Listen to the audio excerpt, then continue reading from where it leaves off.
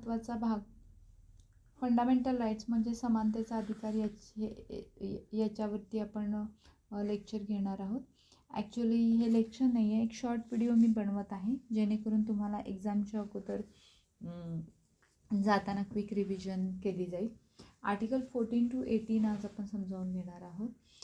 एकदम शॉर्टमध्ये हा मी व्हिडिओ डेलिबरेटली बनवलेला आहे जेणेकरून तुम्हाला इझी होईल रिव्हिजनसाठी. आर्टिकल 14 जे सांगतं इक्वॅलिटी बिफोर लॉ म्हणजेच कायद्यासमोर सर्व समान आहेत. यामध्ये दोन महत्त्वाचे भाग आहेत, equality before law, equal protection of law.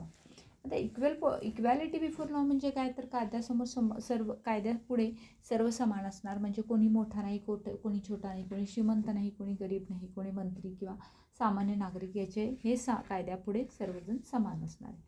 Equal protection म्हणजे काय, तर कायद्याचे समान संरक्षण, समान परिस्थितीत समान वागणूक दिली जाईल. म्हणजेच कायदा हा सर्वांसाठी समान असणार. एखाद्या मंत्र्यानं जरी गुन्हा केला किंवा श्रीमंत व्यक्तीनं गुन्हा केला आणि सामान्य नागरिकांनी गुन्हा केला तर शिक्षाही समानच असणार आहे. आर्टिकल 14 अलाउज करतं रिजनेबल क्लासिफिकेशन म्हणजेच योग्य कारणावर आधारित वर्गीकरण करता येतं.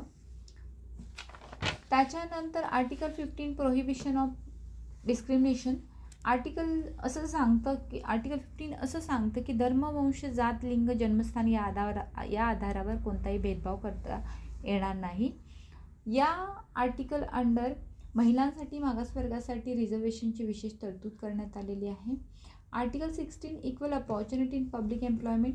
सरकारी नोकरीमध्ये सर्वांना समान संधी मिळाली पाहिजे. इथेही कोणत्या पद्धतीचं डिस्क्रिमिनेशन केलं जाणार नाही.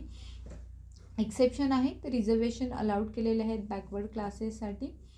आर्टिकल 16 सबक्लॉज 4 प्रमोशनमध्ये रिझर्वेशन अलाउड केलेले आहेत. आर्टिकल 17 सांगतं अबोलिशन ऑफ अनटचेबिलिटी म्हणजेच अस्पृश्यता ही पूर्णपणे रद्द करण्यात आलेली आहे. Protection of civil rights act 1955 यासाठी लागू आहे. UPSCमध्ये वारंवार विचारला जाणारा हा भाग आहे.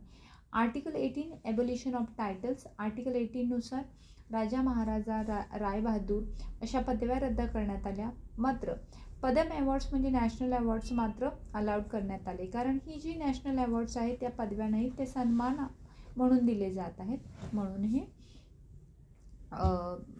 नॅशनल अवॉर्ड्स आहेत. थँक्यू.